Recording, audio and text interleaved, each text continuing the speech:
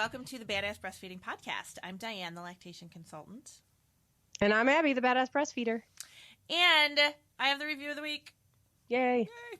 So this review of the week is by Noster, and it is about an episode that we just recently did a couple weeks ago, and it's about the not signs of low milk supply. Remember that episode? Mm-hmm. That was a good one.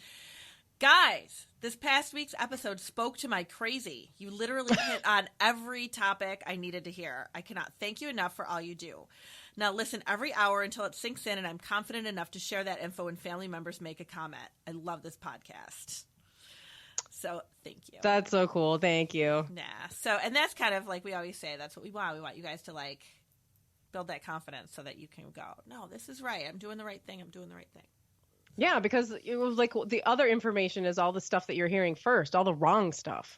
My God. Sometimes I look at stuff on the internet if I'm looking for something specific and I'm like, this is really bad information.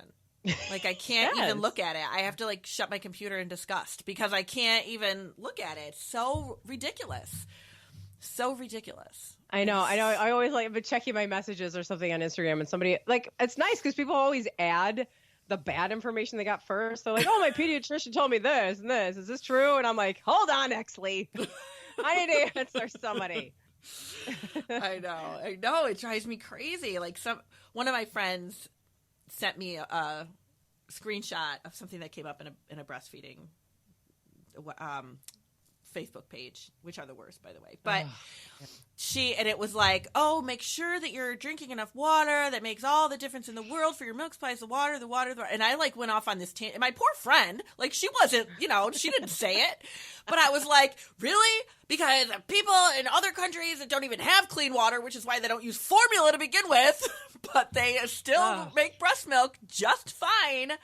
It just like, it makes me crazy. It makes me crazy when I hear the bad info. I feel like that's another whole episode. It's just the water. Yeah. You have to drink a lot of water. Like that is just I even see lactation professionals saying that. I mean, I'm like, oh my God. Yeah. Stop. I know. So, but today we're not going to talk about water. No. So tangent. I know. Welcome to our tangenty podcast. But today we are going to talk to Lauren, who was one of the winners of the contest, of the Breastfeeding in Public contest. Yeah. And her photo like just resonated with so many people. It did. Yes, it did. So we loved it. And like her photo is the army mom pumping, holding a rifle. She's sitting on the ground. She's in her uniform and she's holding her automatic weapon. Yes. And she just looks amazing and she's so cool. And I can't wait to hear her story. Yes. And it is just, that contest was really hard because they're always hard because there's so many amazing pictures, but we had 200 pictures that we got all together. But when we put the finalists up there was thousands of votes, like literally thousands of people voting on these pictures. I could not believe that. Yeah. That thing popped off crazy. I mean, I posted it and I went back like a minute later to refresh it just to see if it was like up there. And there were like 100 comments. I took a screenshot. I sent it to Dianne. I was like, Dianne, what's going on? Oh, my God. You go, this is out of control. It's out of control. Oh, my God. We have to take it down. I know. Like, I can't count all these votes. I know. It was crazy. It ended up being like 3,000 people voting on Facebook and 1,500 on Instagram or something, like something nuts like that. Yeah. And yeah, I mean, it's cool. People got really, really into it. Yeah. So that's amazing that, and I love that. It was a breastfeeding in public was like the theme, but we had so many pumping pictures come in. And I think, we don't want to always say, oh yeah, to breastfeed, you have to be a pump, you have to pump in order to be a breastfeeding mom. It's like, no, but a lot of people do have to pump to be a breastfeeding mom. And if you pump, you're a breastfeeding mom. Right. Still. So there's no reason why, that's part of your life. It is part of your breastfeeding experience. So if you have pictures of it, I think that's fantastic. And we love that they were sent in to us. So thank you to everybody who sent us a picture. Yes. And let's hear from Lauren. Yeah. Thanks. Hi, Lauren. Thank you so much for joining us. We're so excited to have you here. Hello, I'm glad to be here. Thank you for having me. So you have recently discharged or are discharging? I'm in the midst of discharging from the Army. Right now, I'm on my terminal leave, so I have another about 30 days left. Okay, and so you've done 4 years. Yes, almost 4 years. Okay, that's amazing. Thank you so much for your service. Of course. And so let's start from the beginning. So you're in the Army and you're doing your thing and you get pregnant. Yes. So what is it like being pregnant in the military? What were your responsibilities? Did they change? Everyone has a very, very unique experience, and I'm really glad that I'm here and I'm sharing my own because we have to hear the positive.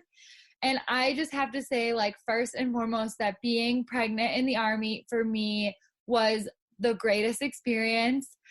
There's no better place to be pregnant, I guess, than in the Army. I still got to do my job. A lot of it is on the soldier to continue and want to work. And I wanted to work and I wanted to continue to do my job. And I wanted to break all of these stigmas, everything about pregnancy in the military. Like, I just wanted to just throw it all in the garbage and just show everyone that you can be pregnant in the Army and that you can still do everything that the rules and regulations allow you to do, and you don't have to sit at a desk and you don't have to do nothing and you don't have to waste a whole year. I mean, I took full advantage of everything that I could have been doing that year, whether it was my career or my personal life or education. My duties changed a little bit, of course. I mean, they have to change. Sure. Right around like the 20-week mark is when you can't do as much as you used to be able to do because of the regulations.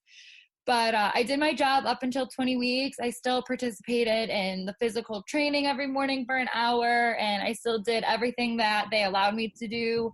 I went to actually a machine gun range at 18 and a half weeks pregnant, and I shot and I qualified, and Wow. Everyone was like, I didn't even know you could be pregnant and shoot a weapon. And I'm like, you sure can. That is amazing. Yeah, so that was fun. And then, towards the end, it took a little while to get my boots on in the morning, and things kind of slowed down. But I worked every single day until the Friday before I had the baby. I went to work on Friday all day long, and then I had my baby on a Sunday. Wow. So you felt really supported by people around you. I was very supported by the people around me, whether it was my chain of command, which I guess, people would know that as your boss. All of my bosses were very supportive, my coworkers, my friends, my husband, my family. It was a great experience for me. Okay. So then you go on maternity leave. Yeah. And we hear these stories, of course, we're in the United States. We hear these stories about people going back to work at 4 weeks, at 6 weeks, and, not having, what's maternity leave like in the military? It's amazing. You get, I believe it's 84. It might be 86, but I think it's 84 days. So you get 84 days of paid leave to stay at home. So we spent the first 3 months of, my baby's life developing this great relationship and breastfeeding and everything else that comes along with learning how to be a mom for the first time. So it was an amazing first 3 months at home with my baby. And you're home. So were you still were you living on a military base, or was your home somewhere? We lived about 10 minutes off of post. So I was about a 10-minute drive from the base and maybe 15 minutes from my work. And your husband was also in the Army. Yes, my husband. Is that right? Yes, he's a veteran as well. He did 4 years and he got out. Okay. He actually, his last day in the Army was 3 days before our baby was born. So wow. Yeah. Oh, that's perfect. Yeah. Okay, so then you're coming back from maternity leave. Were you nervous about how this was going to go? Did you feel like, where am I going to pump? How is this going to work?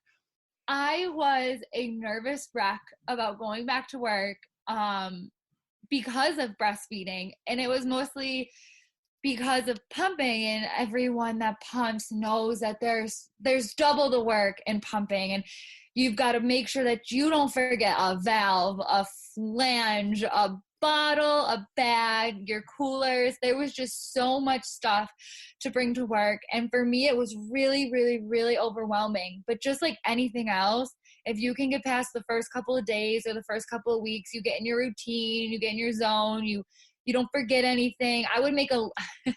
I was so nervous to forget my pumping stuff that I would make lists of every single thing I would need, and I would tape it on my refrigerator, and I would make sure that I had it that first week. And then I just got so used to it, and it became second nature to me, and I didn't have to look at the list, and I would just pack what I needed really, really quick and go to work.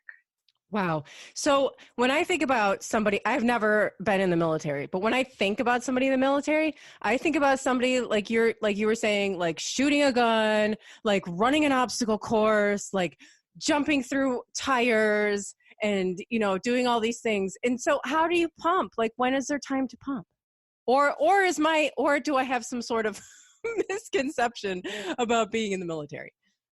So, no, you're right and you're wrong, because you're right in the fact that some of the days are full of obstacle courses or Warrior Wednesdays where, you basically are just outside doing stuff all day. And there's days where you spend days at the range and cleaning weapons, and you're out in the motor pool, or you're driving a Humvee, or you're doing that. And you're right, there are those days and those weeks, but for the most part, it's not like that. You have a job and you do your job. And before I was pregnant, I had a pretty physically demanding job, but towards the end of my pregnancy, they moved me into an office, and the days were pretty much like anybody else, even if you weren't in the Army. So I forgot the question. So no, I was just talking about, how do you figure out pumping? So when you move to an office, so if you're, when you're, well, go ahead and answer. Yeah. Okay, yes. So how do you figure out pumping? So the Army has a policy for pumping, which actually allows soldiers to make sure that they can pump for their baby for 12 whole months. Oh. So whether for you that means every 2 hours pumping, or if it means every 3 or 4, whether you take 10 minutes to pump or 30 minutes to pump, as long as it's reasonable, they have to allow you that time. So when I first went back to work, I was on a schedule. I put myself on a very strict, every 3 hours, I would pump no matter what. So I would pump on my way to work at 5:30 in the morning. I would go to my PT. I would get out. That was an hour. I would take a shower, eat breakfast. I would pump again on my way to work. And then I would work until lunch. I would pump on my lunch, work for another couple hours, pump again, work for a couple hours, get in my car, pump on the way home. And then I would feed on demand from like 6 p.m. until the next morning. Wow. So it was just getting on that schedule. And then I had to talk to my bosses ahead of time and let them know before returning to work. I was like, I'm going to be pumping. I just want to let you know ahead of time. I want to make sure that like everyone knows what the regulations are so that we're all on the same page. And they were awesome, and they read what they were, and we were all in the same understanding of what was going to happen. And we just made it happen.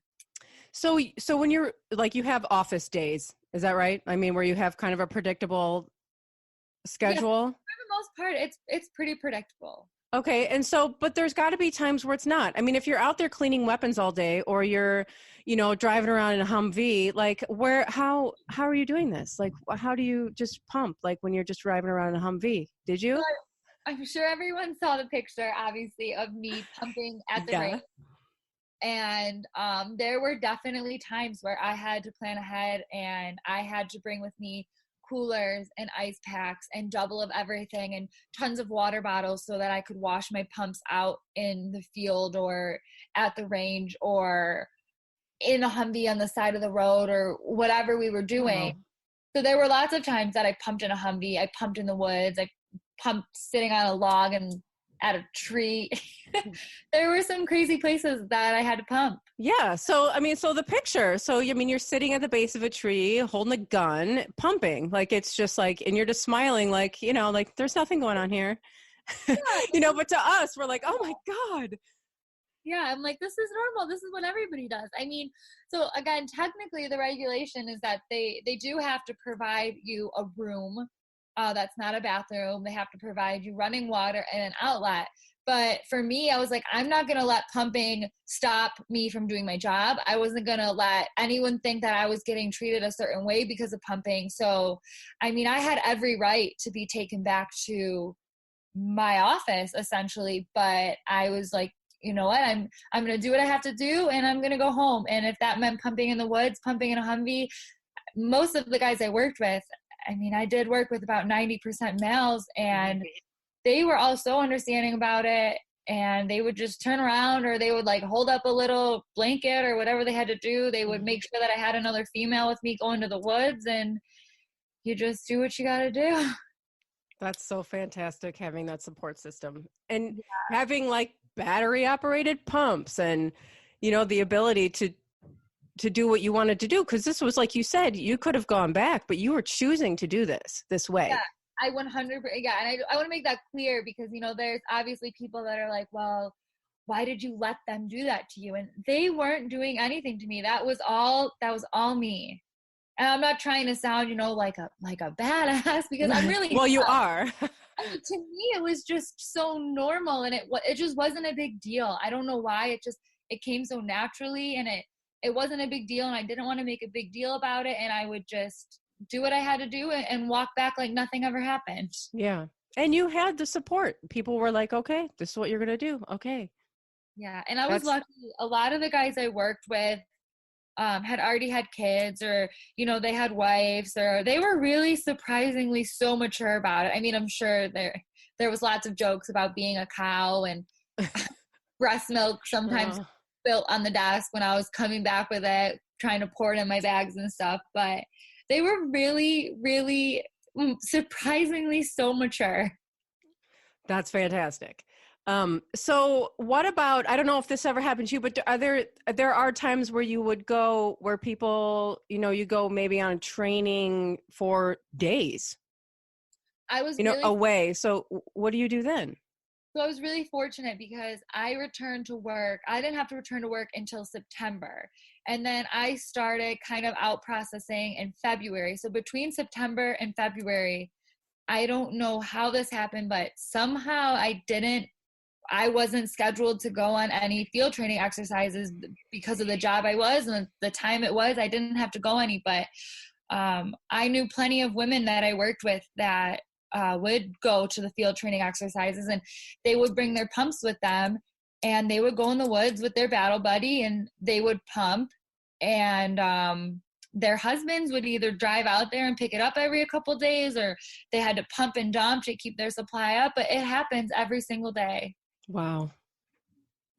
Yeah. People are amazing. People are so amazing. And so people are listening to this and they're like, wow, she's so amazing. And that's really wonderful. But there's more about you, because you also donate your breast milk. Is that right? Yes. So I was knowing that I had to go back to work, and knowing that most of my days would be at least 12 hours long.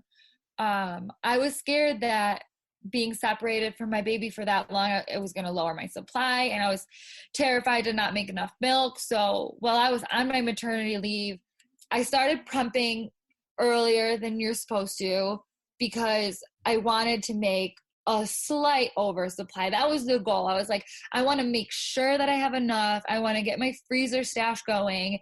And it turns out that you don't need a freezer stash as long as you're making enough milk. It turns out that, you know, you live and you learn that you don't need 2,000 ounces of milk in your freezer. You just need a couple little bags. But I was so scared to not have enough that I was that mom with thousands of ounces in the freezer. We had to buy a deep freezer. And when I returned to work, I realized, wow, I haven't touched my frozen milk at all. I was pumping what I needed for the day before for the next day and still having enough. So I was like, I need to do something with this milk. So I donated it. The first time I donated, it was about 2,000 ounces to 3 different moms. And since then, I've donated about, I think, 1,500 more. I have it written down, but I'm not in New York. I'm not in North Carolina right now. Well, so who are these people that you donated to? Do you know them? Have you met them? I got to meet I've met all of the moms besides one. A lot of them were women that I found on Human Milk for Human Babies. Oh, yeah. Or on Facebook. Someone shared one of my pictures that I posted trying to donate milk. I was trying to donate milk to NICU babies, and I found a mom that was struggling with postpartum depression in between what was going on with her and the medication. And for whatever reason, we didn't get too deep into it, but she didn't make enough and she was supplementing. And then I actually found another, this was really special to me. I found another mom on my post whose baby had a cleft palate, and she needed a supplement and she wasn't making enough either. And she really wanted to make sure that he was going to get breast milk. And I asked her if I could meet him because, I was giving her so much milk, and I wanted to meet the little baby that was going to be drinking my milk, because to me, it's very special, and I kind of wanted to meet every baby, and I couldn't meet every baby that I gave it to, but I got to meet him, and he met my baby, and they played on the floor, and we talked, and I gave her my milk, and it was a really good experience. That's amazing. I can totally imagine how meeting the baby that you're donating to is just a really special moment. Yeah, it is, because as much as it is like a normal thing to pump and stuff, it's a lot of work. It's a lot of work, and I wanted to know that my work, I wanted to see that it was going to go to another little baby, and it was really special. That is so wonderful. So you've done a lot of work to kind of help other moms and to spread a lot of, reliable information, a lot of myth busting with people. What are some of the myths that you've heard that really kind of grind your gears, that you've kind of found are just so blatantly not true?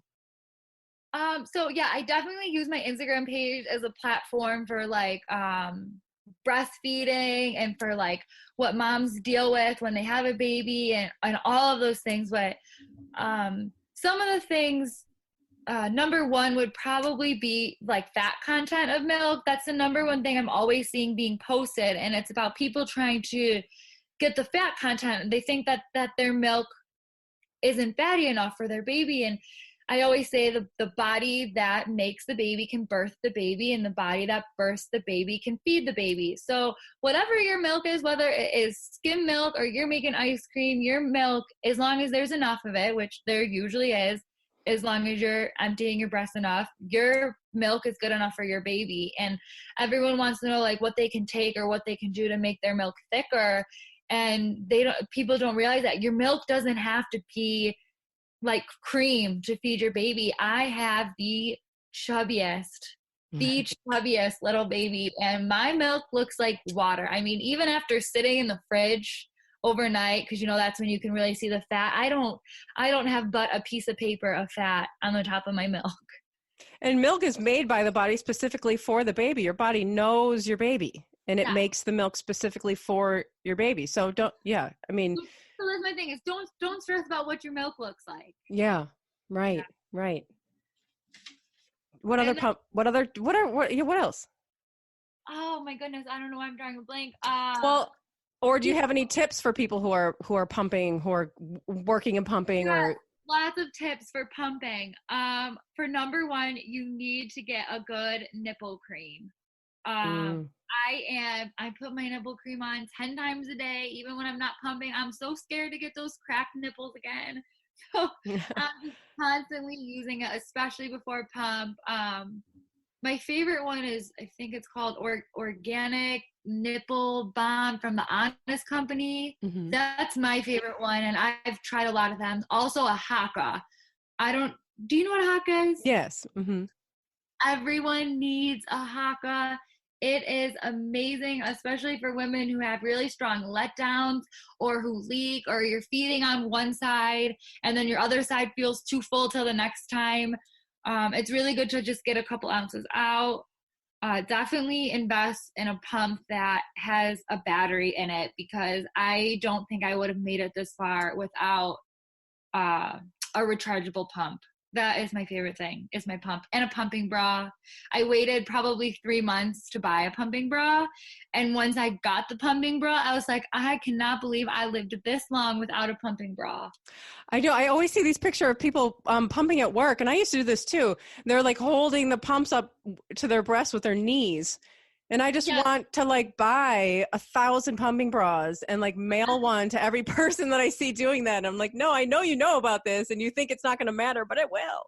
It really makes a huge difference. It makes the biggest difference. And I know that they're expensive and, $30, $40 seems like a lot of money, but I mean, think about it. That is going to be your best friend. You're going to wear that thing anywhere from 2 to 10 times a day for the next however long you decide to pump for. Yeah. And you could also make your own. I mean, you can make a little slit in a bra that you have and stick the little flange in there. Yeah, I did see that. I saw like people with like the sports bras, especially cut little slits. And then I also saw that with a regular breastfeeding nursing bra. I saw something with like you pull the one way and then the other one the other way. And I'm actually sitting here trying it right now. I can't figure it out. So if someone can figure that out, I've tried it. I've watched the YouTube videos on how to make a nursing bra, pumping bra, but I don't know. I can't figure that one out. Well, yeah. I mean, it makes so much difference. I mean, like, even if you're not, typing or doing something, like specific with your hands, but if you just want to like, just sit up or like scratch your face. Yeah. Yeah. Anything else? Yeah, I mean, get a pumping bra so you can scroll on Instagram, you can buy it on Amazon, all that fun stuff that we do. Absolutely. So what is next for you? So when is it official? When are you officially out? I am officially out on May 10th of this year. So wow. My goodness, one day less than a month away, I'll be officially out of active duty. And I switched to the reserves. I reclassed, so I'll be a behavioral health specialist in the reserves. And then I've also been in school all year doing all my classes to get into my nursing program that starts in January. Wow, that's amazing. So you're going to be a nurse.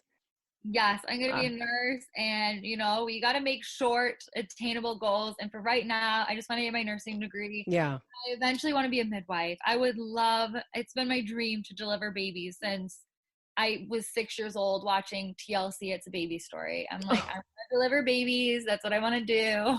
Well, you would be an incredible midwife. Anybody whose baby you deliver is one lucky mama. Thank you. Yeah, when I had my baby, I had a midwife just by luck. It was all by chance of whether I was going to get a midwife or an OB. And I mean, I've never had an OB for prenatal care for delivery, but I had a midwife, and that was my only experience that I know. And it was the best experience. I loved having a midwife. So if y'all can get a midwife, request a midwife. Yes, it's highly recommended. I mean, they're very highly trained in, natural childbirth and all of the things that your body is supposed to do, and they can support you in a really very unique way. Yes. It was like, she was like my therapist / my like birthing guru, doula, doctor, everything all in one. I still actually talk to her. Sometimes we're friends on Facebook. Aww. And he's the baby now. And I brought him to meet her about a month after the delivery. So that was nice. It's like they become part of the family. Yeah, it was really something different than what I'm used to with like any other doctor. You go in, you see them, you have your appointment and you leave, and that's it. It was a relationship. Yeah, I feel that way when I see my doula. Whenever I see her at like conferences or whatever, I'm like, oh my God, oh hi. She's like, oh hi. Yeah. I'm like, no, you don't understand. It's like seeing my grandma. So how are you feeling about leaving the military? I thought I was going to be really excited to get out, and I thought I was going to be so ready to go back into the, the real world, I guess you could say. And I'm kind of sad, a lot sadder than I thought I was going to be. I've only been out now for a couple of weeks, and I don't know what to do with myself not working every day. Right now I'm in New York. visiting family with the baby. They wanted to see him, and I had some time off. So we've been here the past almost 2 weeks, and I'm leaving on Monday. But yeah, it's not what I thought getting out. I loved the Army. I loved the military. And if it wasn't for having a baby, I definitely would have stayed in. But with my job, every 18 months, we leave for 10 months. So, oh my God. Oh, wow. Yeah, so that wasn't for me. If the people that do it, God bless them. I give them all the credit in the world, because it is hard being a mom in the military. I can't imagine. I mean, the sacrifices that you make are just incredible. Yeah, I can't imagine either. That's why I'm getting out. That's why you're leaving. Who knows though? I mean, I'll have my foot in the door because I'll still be in the reserves. And never know what can happen. I mean, I could get my nursing degree and come back in as a nurse in the Army. We'll see what happens. Well, I should have asked you this at the very beginning, but how old is your baby now? He is 10 and almost a half months. He's 10 and a half months. Okay. Yeah. So you've been pumping are you still pumping? Because you're home. So are you still pumping? Oh, I am still pumping. That pump has gone with me everywhere I've ever gone for the past 10 months. But yeah, I'm still pumping. And luckily, I created that oversupply. So I only pump twice a day, and my 2 pumps a day make just enough to feed him for the next day. So I'm not making any extra anymore, but I make just enough to feed him, and it's nice. That's fantastic. Yeah. Well, Lauren, thank you so much for being here. It's been so awesome talking to you. Yes, thank you so much. Thank you for taking the time to talk to us, and thank you for donating your breast milk, and thank you for your service to this country. Thank you so much. So I love hearing the story behind the people behind the picture. I love it. Yes, she is so awesome. Thank you so much for being with us, Lauren. And thank you all for listening. And please share your experience in the review section on iTunes. And maybe you will be our review of the week. And head to badassbreastfeedingpodcast.com for our sponsor links, for promo codes, for a list of resources, all of our other episodes, and information about how you can schedule your very own lactation consultation with Dianne. Bye. Bye.